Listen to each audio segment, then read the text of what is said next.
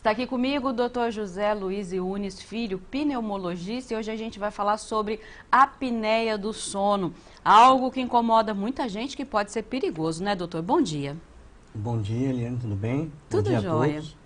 Hoje nós vamos falar sobre a apneia do sono.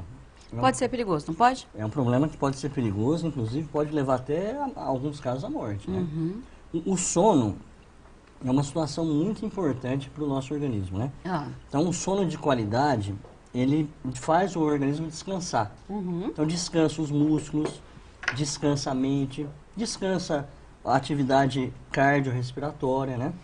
O sono é um momento também que a gente libera alguns hormônios, tá?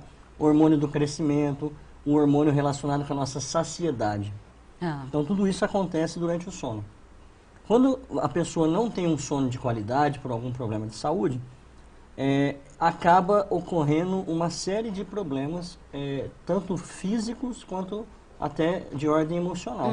Então, transtornos emocionais como depressão, algum transtorno de ansiedade, alterações cardiovasculares também podem ser ocasionadas por um sono de qualidade. Até a pele, né? A pele, o envelhecimento, né?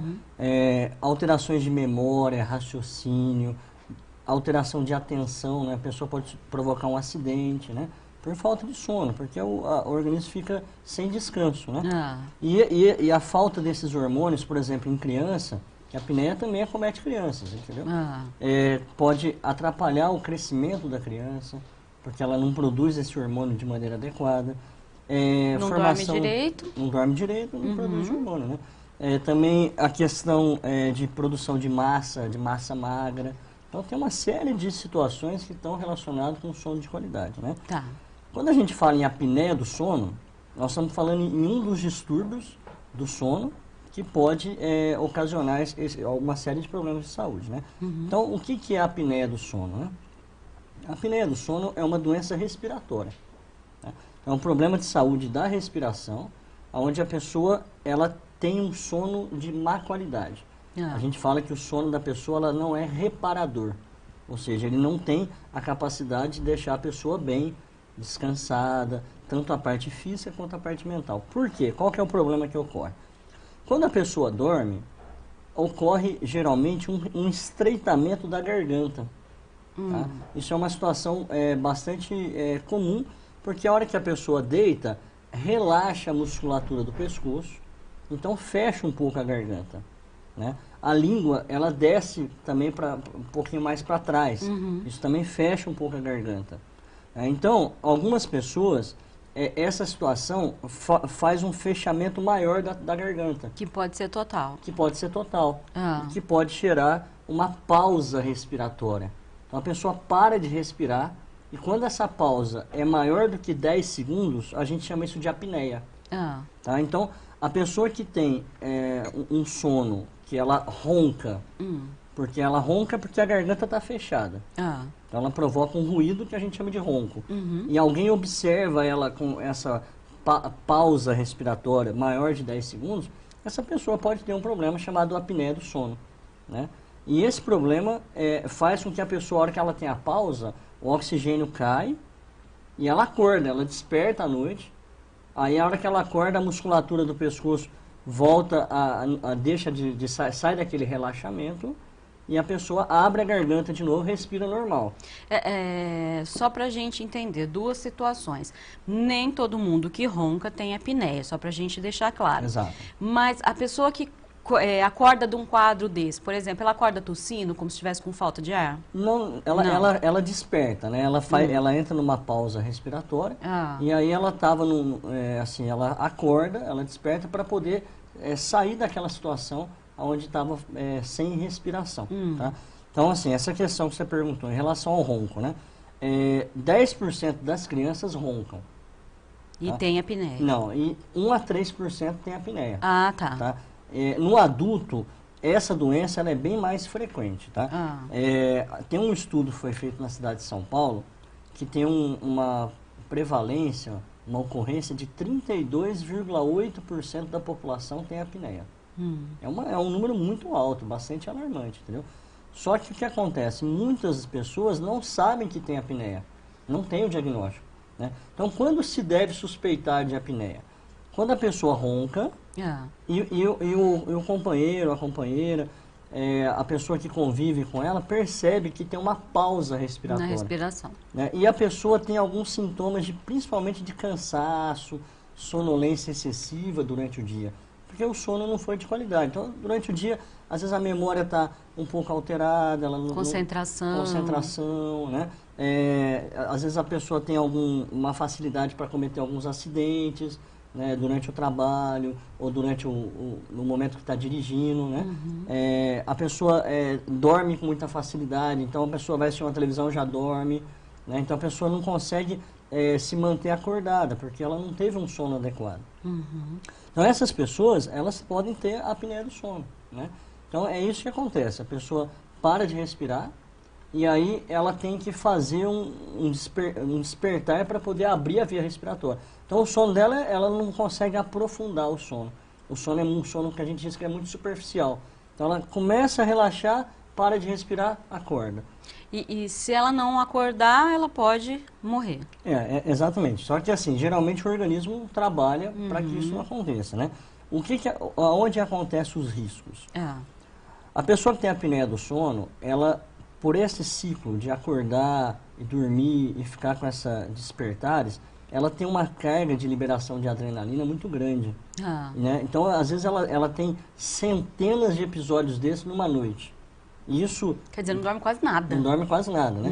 Então, isso em uma semana, em anos, isso é muito tempo lesionando o organismo. Isso dá dano para o coração, entendeu? Então, doenças cardiovasculares relacionadas com derrame, infarto, tem maior ocorrência e tem maior risco em quem tem apneia do sono. Entendi. Né? Então, quem tem apneia do sono tem maior chance de ter um infarto. Então, a pessoa às vezes está dormindo e tem um infarto do miocárdio. E acaba indo a óbito por essa situação. Então, não que a pessoa entra em óbito porque fecha a respiração, porque o organismo acaba acordando. Ele faz a pessoa despertar. Na verdade, são os danos causados por essa frequência. Exatamente. Então, são os danos que são causados pelo despertar e o dormir dessa maneira. Entendeu? Isso é a situação da apneia do sono. E como tratar? O que fazer? Então é o seguinte, o tratamento da apneia do sono, a gente tem que saber o grau que ela está. Né? Então, nós identificamos a apneia através de um exame chamado polissonografia. Tá? O que é a polissonografia? A polissonografia é um aparelho que a pessoa, ela vai geralmente no instituto de sono, vai no local, onde vai monitorar o sono da pessoa durante a noite. Né? Então a pessoa vai lá, vai colocar os aparelhos que vão medir o oxigênio, vai medir o fluxo de ar, vai medir as atividades cerebrais, tá? Vai medir a pressão, a frequência cardíaca. Então, ela é monitorada em vários aspectos, né? E aí, durante essa monitorização, a gente sabe se a pessoa faz queda de oxigenação, se ela faz apneia, se ela faz uma outra situação chamada hipopneia, tá? Que eu vou explicar isso aí. Então, durante o sono, ela é monitorada e aí ela tem uma pausa respiratória maior do que 10 segundos. Então, isso é uma apneia. Se ela tem uma pausa que não chega a 10 segundos, isso chama hipopneia. Então, dependendo da quantidade de apneia e hipopneia que a pessoa tem, a gente calcula um índice, chamado índice de apneia e hipopneia. Se esse índice tiver maior do que 30, ou seja, por hora, a pessoa, durante uma hora, teve mais de 30 episódios de apneia e hipopneia, ela tem uma apneia do sono grave. Entendeu? Se esse índice ficar entre 15 e 30, ou seja, durante uma hora ela teve 15 a 30 episódios, ela tem uma apneia do sono moderada. E se tiver abaixo de 15, ela tem uma apneia do sono leve. Então essas são a classificação dada pelo exame. Tá? Nossa, mas eu assim, só para fazer um comentário aí, eu não imaginava que era tão frequente. Eu achava que assim, essa paralisação acontecesse uma vez por noite. É muito alto. Muito alto. Pacientes graves, a gente chega a ter mais de 30 índices por hora. Quer dizer, a cada 30 segundos. Exatamente. Até mais, né? Nossa, que loucura. Porque a cada 2 segundos, 2, 3 segundos, ela tem uma pausa. Gente, de pessoa. É uma situação bastante, assim, a pessoa não consegue dormir. E às vezes a pessoa assim dorme 8 horas, mas ela não tem sono, ela não tem qualidade, porque ela não consegue descansar. Então, dependendo do grau da apneia do sono, se tem um tratamento. Então, por exemplo, grau leve, né? A pessoa que tem poucos episódios de apneia e hipopneia. Nesses casos, a gente orienta algumas mudanças em relação a comportamento, por exemplo, perda de peso. Tá? Então, a pessoa perder peso, isso ajuda bastante para melhorar a apneia. Tá? A questão da posição para dormir. Tá? Então, a gente orienta que a pessoa durma de lado. Tá. Tá? Quando a pessoa fica para cima... Isso. A pessoa dormir com a barriga para cima piora esse estreitamento da garganta. Então, a pessoa dormindo de lado, ela melhora a abertura da garganta. Porque a gente vê que as pessoas que dormem com a barriga para cima roncam mais fácil, inclusive, né? Exatamente, porque a bala estreita mais a garganta. Então, dormir de lado melhora. Elevar a cabeceira ou elevar o travesseiro também melhora essa questão. Tem alguns exercícios que podem ser feitos por um profissional, que são os fonoaudiólogos, que eles trabalham o fortalecimento da musculatura do pescoço, da garganta, com algumas técnicas, alguns exercícios, e isso facilita a melhora da força da musculatura, o que também diminui um pouco a apneia, nos casos de apneia leve. Tá? Sim. E tem alguns dispositivos também que a gente coloca dentro da boca, que os dentistas podem estar auxiliando a gente na elaboração desses dispositivos, que também facilitam a entrada de ar pela boca. Então, essas são as medidas que a gente adota em todos os casos de apneia. Na apneia leve, só isso já resolve. Nas apneias mais intensas, de grau moderado, e principalmente a apneia grave, a gente usa um aparelho para a pessoa dormir. Esse aparelho chama CPAP. Tá? O que é o CPAP? O CPAP é um aparelho que injeta ar na via respiratória da pessoa. Então, a pessoa põe uma máscara, ou na boca, ou no nariz, ou na boca e no nariz. Depende de qual que a pessoa acha mais confortável para poder dormir. E esse aparelho fica injetando ar. Então, ele faz uma pressão de ar contínua, né, para abrir a via respiratória. Então, a pessoa respira, ela recebe um fluxo de ar, e isso deixa a garganta aberta, impede que a pessoa tenha apneia. Então, esse é o tratamento que a gente mais utiliza. Existem também alguns procedimentos cirúrgicos que os otorrinos realizam também. Essas situações têm algumas indicações restritas, entendeu? Então, tem alguns pacientes que se beneficiam desses procedimentos também. Tá? Então, basicamente, o tratamento é mudança no comportamento, perda de peso, dormir de lado, elevar a cabeceira da cama e, se tiver um grau mais acentuado, ver a indicação do uso do CPAP. Gente, é mais complicado do que a gente imagina, né? É mais complicado do que a gente imagina. É mais complicado e, assim, é lógico, né? Não deve ser muito interessante, né? Não deve ser muito confortável dormir com algo na boca ou com uma máscara, né? É bem complicada a situação. É uma situação que a pessoa tem que se adaptar, né? Não é? Porque realmente, assim, é uma situação que incomoda, né? Mas geralmente a pessoa tem um benefício tão grande, né? Porque ela acaba se adaptando, se acostumando com esse tipo de tratamento, né? Então, a pessoa no outro dia, ela acorda bem, ela consegue ter mais energia para fazer as suas atividades, a memória, o raciocínio funciona melhor, ela está mais atenta para realizar as suas atividades, evita acidente, né? Então, isso faz um melhor controle da pressão, do diabetes. Porque dormir bem deixa controlada essas doenças também, né? Então, o ganho de peso também tá relacionado com a qualidade de sono ruim. Então, essa pessoa que dorme mal, ela tem tendência a ganhar mais peso. Aí a pessoa começa a dormir bem, começa a perder peso, entendeu? Então, tudo isso tem uma relação. Então, a pessoa acaba vendo os benefícios e acaba se adaptando com essa questão do tratamento. E tem que fazer o tratamento, né? Por tudo, né? Não só para melhorar a qualidade do sono, que aí a qualidade do sono é o que desencadeia todas as outras melhoras, né? Exatamente. Então, assim, o tratamento é fundamental para que a pessoa consiga reverter essa obstrução, né? E consiga ter um sono de qualidade, tá?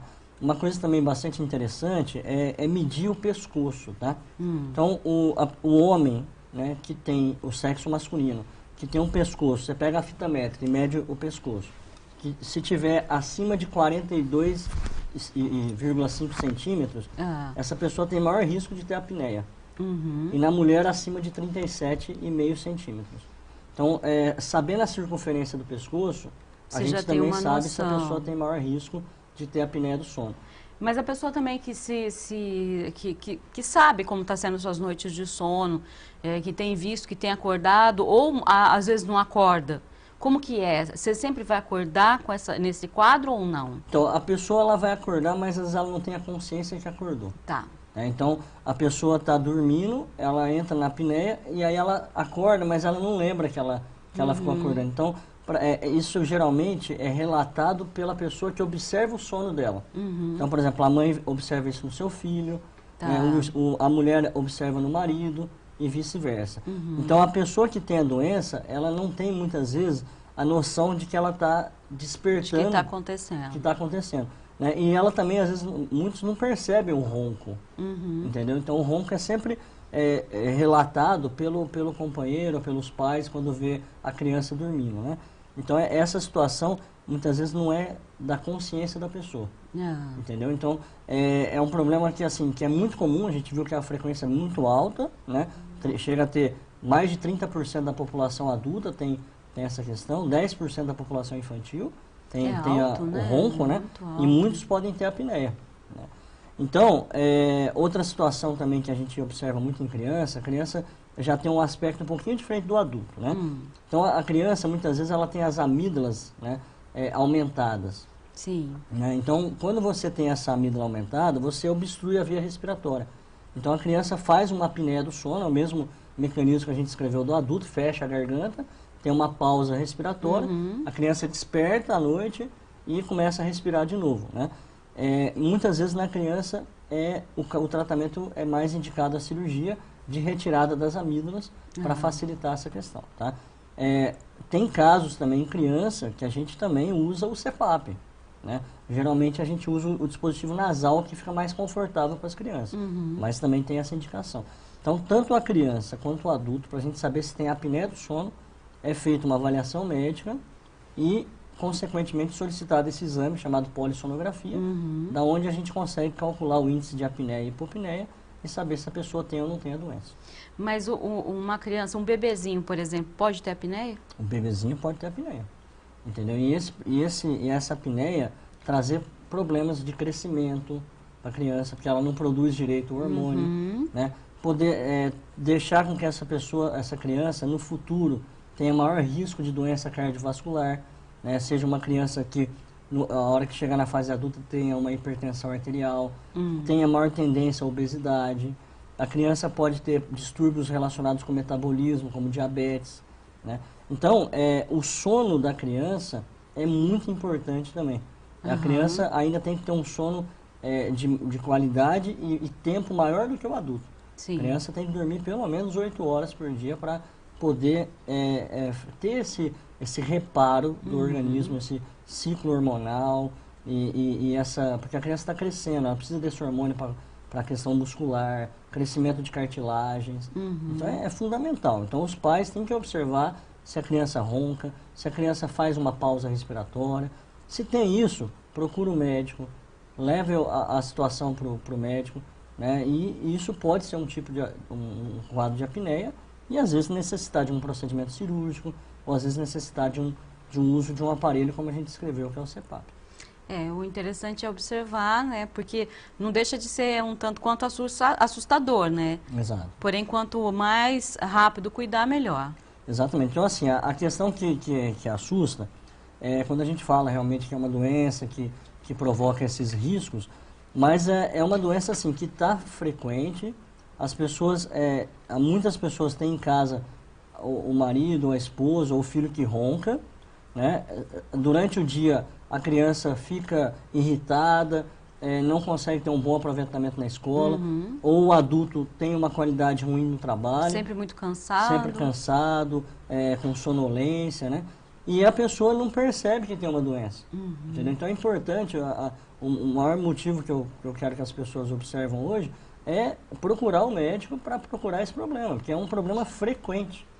frequente. Imagina. E tem como a gente melhorar a qualidade de vida dessas pessoas e evitar um tanto de complicações que podem ser acarretadas com o passar do tempo sem tratamento. Viu? Né, a gente acha que, né, o marido tá roncando, você só dá aquele cutucãozinho nele, né? Vira de lado, né? E na verdade a gente tem que observar mais, né, para ver se as pessoas não estão sofrendo com a apneia. Exatamente, porque como eu falei, são graus diferentes da doença, né? Então às vezes a pessoa não tem um grau tão grave, né? Mas às vezes um grau moderado também traz uma consequência ao longo prazo bastante importante. Então, as pessoas que são casadas, observar o sono do seu companheiro, da sua companheira. Eu falei do marido, mas a mulher também ronca, viu, gente? Ronca.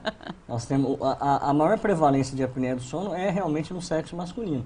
Mas tem também casos de apneia em mulheres, frequente. Tem que ficar atento. Tem que ficar atento.